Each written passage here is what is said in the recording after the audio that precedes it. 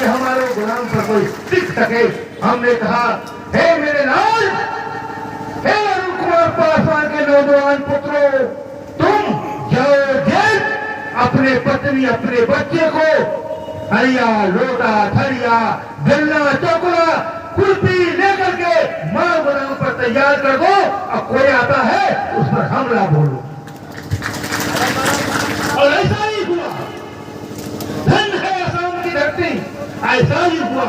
नीबोगाई गांव में हमारा पुत्रों ने जाने का काम किया, और हमारी बेटियां, हमारी बहू, हमारे पोते सब लोग माल गुलाम पर खुद की चटराजी काटने वाला हो, या रोटी बेलने वाला हो, या घर बहारने वाला झड़वा हो, हमारी माताएं बहनें, हमारी बेटियां माल गुलाम में उतरने का काम किया। और वो कोई वहां सटने का, मैं सटने का कोशिश भी नहीं किया। उसके बाद हमने आसाम भवन में फोन लगा करके यहाँ के डीजीपी से बात किया। उसने कहा कि सर, हम हमारे संज्ञान में नहीं है कि कौन इसे गिरफ्तार किया है, हो सकता है डिस्ट्रिक्ट मजिस्ट्रेट ने किया होगा। हमने डिस्ट्रिक्ट मजिस्ट्रेट से बात किया, कहा था गलती हो गई, हम छोड़ देते हैं। इस लोगों को छोड़ने का काम किया जेल से। अबू बकर ने फोन किया हमको कि सर हमको छोड़ दिया। हमने पूछा, अबू बकर बेटा कैसे जा रहे हो? तो पैदल जा रहा हूँ। तुमको लाया था कैसे? बस से। हमके बेटा तुम वहीं बैठ जाओ, तुमको बस से लाया है, उसका दायित्व बनता है कि तुमको बस से रूखर तक छोड़ेगा। और ऐसा ही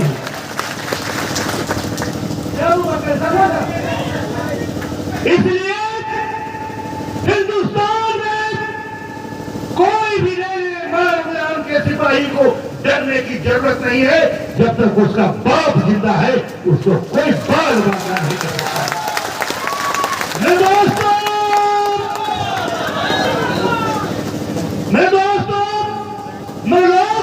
मेरे भाई, यह आसाम का आंदोलन का कहानी हुआ।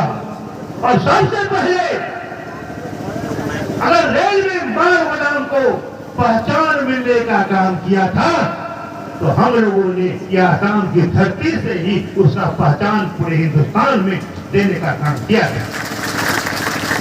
वो धन है व्यक्ति जिसका नाम है राजन गुहाई। राजन गुहाई भारत सरकार का रेल स्टेट मिनिस्टर हुआ करते थे। हम लोगों ने पूरा जब लड़ाई लड़ने के बाद आपके राष्ट्रीय प्रभारी ने कहा कि हम धरना प्रदर्शन घेराव तमाम चीज करने के बाद भी हम लोग लड़ाई लड़ते रहे। उसका परिणाम हुआ माल गुलाम में काम करने वाला व्यक्ति का कोई पहचान नहीं, कोई जान नहीं, कोई ज्ञान नहीं था। लेकिन रेलवे माल गुलाम श्रमिक संघ का जब निर्माण हुआ, तो आज पूरे हिंदुस्तान में रेलवे माल गुलाम का जय जयकार हो रहा है। इसलिए राजन गुहाई जी से बात हुई, हम लोगों ने सारा बात को रखा। कैबिनेट मंत्री से बात हुई, उस समय तमाम बातें हुई, तो उन्होंने कहा कि हम रेलवे माल गुलाम को पहचान दे देंगे। तो हमने सोचा, मेरा नाम अरुण पासवान है मेरे दोस्त, मैं किसी का उधार नहीं रखता हूं। इसलिए हमने तय किया कि क्यूआर कार्ड माननीय राजन गुहाई जी धरती पुत्र शाम के तहत देने का वादा किया है। तो हम इनके क्षेत्र में ही पूरे हिंदुस्तान को बुला करके क्यूआर कार्ड समर्पित करने का काम करेंगे। इसलिए गांव की धरती पर सबसे पहला विजय रेलवे माल गुलाम श्रमिक संघ का हुआ। क्या क्यूआर कार्ड मिला था कि नहीं? मेरे दोस्तों, मेरे भाई, बीच में हमारी तबीयत खराब हो, लेकिन धन्य है हमारी पत्नी, उन्होंने हमें मनोरंजन जैसा एक बेटा दिया, जो अपने बाप का सपना साकार करने के लिए अपने जी जान लगा दिया और यह लड़ाई को विराम होने से बचा दिया और अंजाम तक पहुंचाने का काम किया। और धन्य हमारी पत्नी, एक ऐसी बेटी को भी पैदा किया जो अपने जान को निकालकर, किडनी निकाल करके हमको देने का काम किया। और हमने मना किया कि बेटी किडनी मत दो। उसने कहा पिताजी आप हिंदुस्तान के अंतिम व्यक्ति का लड़ाई लड़ रहे हैं, अगर आपको कुछ हो जाएगा तो भैया काम करा दे सकते हैं, लेकिन आपका आत्मा को शांति नहीं मिलेगा। हम 7 बहना हैं, 7 बहन में एक तूफान नहीं रहेंगे, कोई बात नहीं है। हिंदुस्तान में आपका 10 लाख बेटा है और 10 लाख बेटी है, उसमें एक न रहे उससे कोई प्रभाव नहीं है, इसलिए आपको बचना जरूरी है। और हिंदुस्तान में जितने बेटों को आपने आश्वासन दिया है, आप पर विश्वास किया है, आप पर भरोसा किया है, और आपने कहा था कि जब तक रेलवे मार्ग में काम करने वाला मजदूर थूक लगाकर अपने मजदूरी नहीं गिर लेता है बैंक से निकालकर, तब तक अनूप पासवान मरने वाला नहीं है। इसको साकार करने के लिए हम अपना किले आपको प्रदान करते हैं। मेरे दोस्तों, मेरे लोग, मेरे भाई, हिंदुस्तान में कई प्रकार के लोग होते हैं। अब बहुत से सारे ठग घूर रहे हैं झोला लेकर। आपको सुने अभी बोला प्रधान कि भारत सरकार ने रेलवे मार्ग सर्वेक्षण को यह स्वीकृति दिया कि पंजीकरण। जब रेलवे मार्ग सर्वेक्षण को छुट्टी पावर दिया है कि पंजीकरण करो, तो कोई लेके आ गया भारतीय रेलवे मार्ग गोदाम श्रमिक यूनियन, कोई आ गया भारतीय रेलवे मार्ग गोदाम मजदूर यूनियन। अभी बात हो रही थी कल राजन भाई जी से बात हो रही थी कि ऐसा बात है, तो हमने कहा आप तो जानते हैं अनूप पासवान को भली भांति, और यह भारत सरकार का सबसे बड़ा, सबसे रजिस्टर्ड यूनियन कौन है? तो उन्होंने कहा कि आप लिख के दो। वह लिख करके देने का हम लोगों ने पावर दिया। इसको क्या नाम है तुम्हारा? चंपक है ना, जेठालाल के बात नहीं है, चंपक लाल गड़ा है ना, चंपक है। तो मेरे दोस्तों, मेरे लोग, वो सबका भी जो गलत कर रहा है, जो गरीबों को ठगने का काम कर रहा है, मजदूरों को छोड़ने का काम कर रहा है, उसका भी इलाज जल्द से जल्द होने जा रहा है, इसलिए चिंता करने की बात नहीं।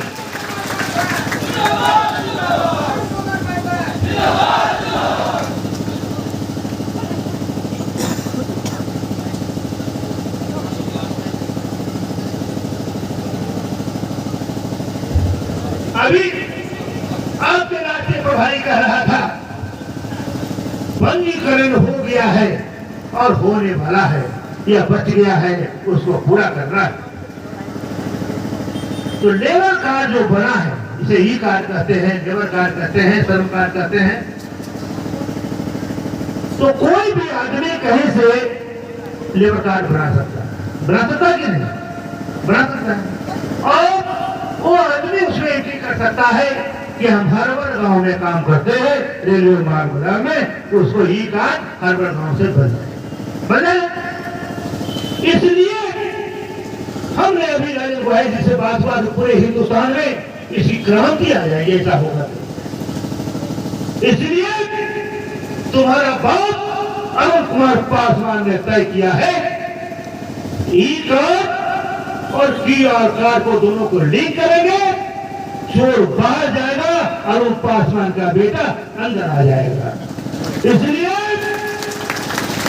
श्रम कार्ड और QR कार्ड को लिंक करना है ना? क्या करना है? लिंक करना है। और हमारे संगठन में बहुत सारे नेता जो ऐसा है, वो श्रमिक विरोधी भी है। उसकी पहचान राष्ट्रव्यापी के दौरा के माध्यम से अनूप पासवान करने का काम कर रहा है। और श्रमिक विरोधी लोगों को मैं इस मंच से कह देना चाहता हूं, अनूप कुमार पासवान को गाली देगा, अनूप पासवान माफ कर देगा। अनूप पासवान को धन की छठी देगा, अनूप पासवान माफ कर देगा। अरुण पासवान को झापर भी मारोगे तो बर्दाश्त कर सकता है, लेकिन अरुण पासवान के बेटों के साथ गद्दारी करोगे तो अरुण पासवान तुम्हें माफ नहीं, तुम्हें साफ कर देने का काम करेगा, तुम्हें साफ कर देने का काम करेगा। मेरे दोस्तों, मेरे लोग, मेरे भाई, कहने का अर्थात हमारा है कि सबसे पहले आप लोग जल्द से जल्द अपना अपना डॉक्यूमेंट राष्ट्रीय प्रभारी को जमा करो। जो आदमी, जो नेता रजिस्टर जमा नहीं करेगा उसको संगठन में कोई भी पदभार देने हम नहीं जा रहे हैं। इसलिए उस रजिस्टर में अरुण पासवान के बेटों का भविष्य है और तुम उसको जमा नहीं कर रहा है। जमा करो, कमी है तो पूरा करो, जो पहले हो गया उसको जमा करो, और भी बचता है दूसरा रजिस्टर हम जारी कर देंगे। लेकिन तुम जमा नहीं करोगे तो हम लिंक नहीं कर पाएंगे, हम लिंक नहीं करेंगे तो सरकार को हम डाटा सबमिट नहीं कर पाएंगे, तो हम सरकार से क्या बात करेंगे? हम सरकार से, प्रशासन या देश के प्रधानमंत्री से भी अगर मिलने जाएंगे तो हमसे पूछेंगे कि आपको जो पोर्टल दिया गया था, टोटल लोगों को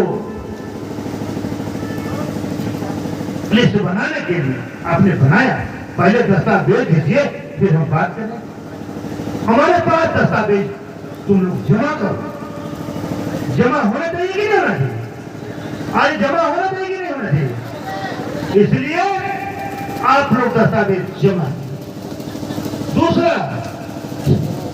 दूसरा बात, राष्ट्रव्यापी दौरा जो हमारा हो रहा है, हम इस दौरे के माध्यम से हम चयनित भी कर रहे हैं कि किसको किसको पदाधिकारी बनाया जा सकता है और किसको किसको नहीं बनाया जा सकता है। बहुत व्यवस्थित यहाँ भजन बैठा हुआ, भजन चौधरी है, क्या है?